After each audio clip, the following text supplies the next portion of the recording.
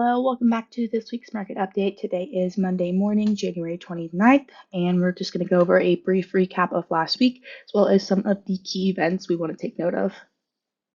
In another bullish week with gains driven by a better than expected GDP report, equities rose ahead of the January 31st FOMC meeting. As it closed on Friday, January 26th, the S&P 500 rose 1.06% on the week, the Nasdaq Composite rose 0.94% on the week, the Dow Jones Industrial Average up about 0.65% on the week, and the Barclays Agg just about flat for this last week.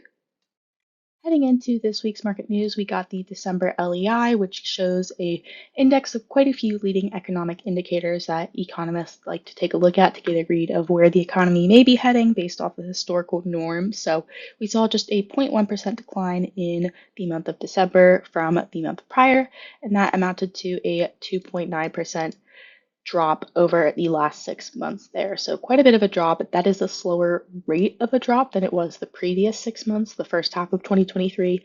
But again, it is still in quite bearish territory. And then when we take a look at kind of what was driving this negative LEI, we saw things like lower ISM index of new orders, as well as average consumer expectations for business conditions, as well as the interest rate spread or the yield curve, kind of that negative inverted yield curve there as well. That was another negative factor. And then on the other hand, we saw weekly initial claims be one of those positive factors pulling it up. We still have a quite robust low unemployment rate with the employment markets looking pretty healthy still. And then the final kind of positive indicator with some magnitude there is the S&P 500. As we know, we just hit an all-time high last week, so quite bullish on that side right there, but overall to the negative. Moving along through this week's economic data, we got the fourth quarter GDP report, and that was by far one of the largest catalysts of last week's bullishness in the market, especially in the later half as it came out on Thursday.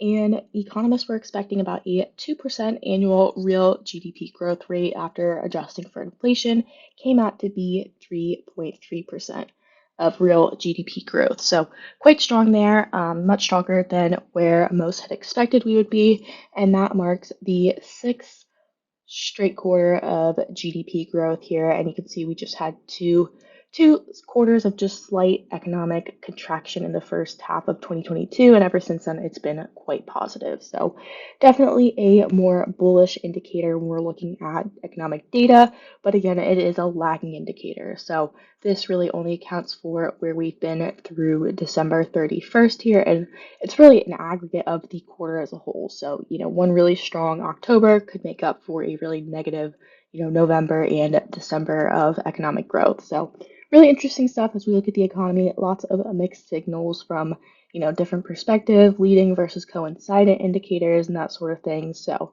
we'll keep an eye on it. Also this week, we got the durable goods orders for the month of December. That amounted to 295.6 billion, which was just about flat month on month here versus expectations of about 1.5% growth on a month over month basis. So weaker than expected in just kind of this monthly index here. And when you take out the category of transportation, though, it jumps to a monthly gain of 0.6%. So most of the weakness really came from the transportation category in the month of December. But when we kind of pan out, look at the other indicators of the manufacturing industry as a whole, we see a bit of a gloomier picture, right? So the ISM manufacturing index has been below 50 for quite some time. And, last week we saw the New York Empire State Index quite low. And, just sort of other indicators that show a little bit of slowness, a little bit of sluggishness in the manufacturing industry. So good things to take note of on a, weekly, monthly basis as we assess the economy.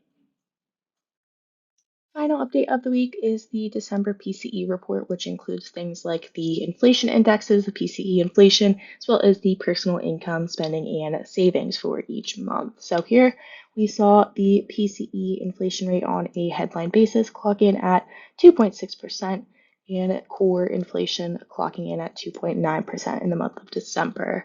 On a monthly basis, this amounted to a 0.2% monthly increase, and that was on pace with expectations. Following the trend of kind of recent months, the main inflation in this PCE index has been driven by services. So that rose 3.3% in the month of December, while goods prices as a whole fell 0.2% in the month. So really, kind of the last bit of stickiness that we're seeing in inflation, at least according to this index, is in the services side.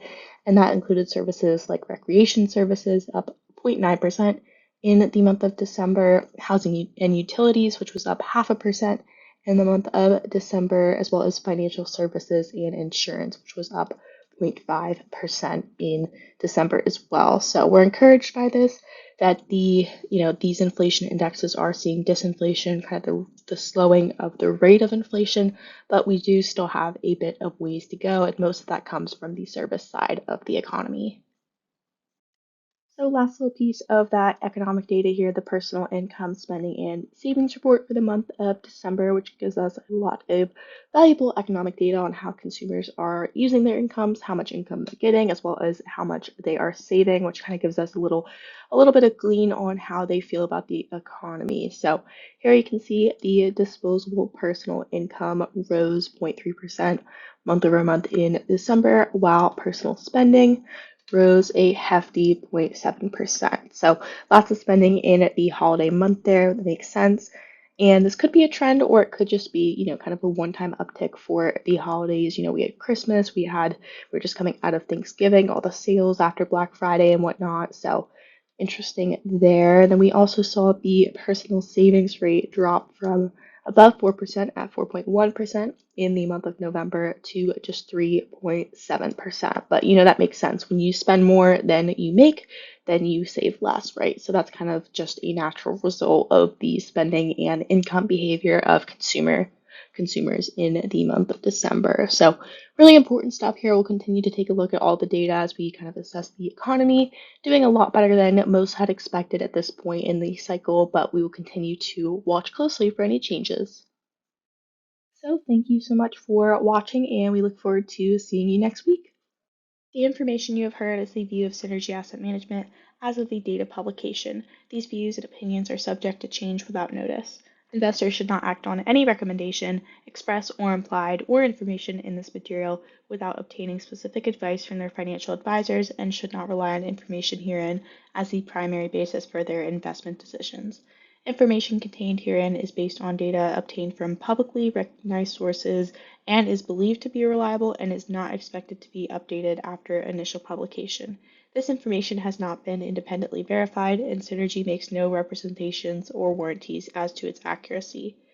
The material has been prepared solely for informational, educational, and market commentary purposes and is not a solicitation of advisory services or an offer to buy or sell any security or to participate in any trading strategy.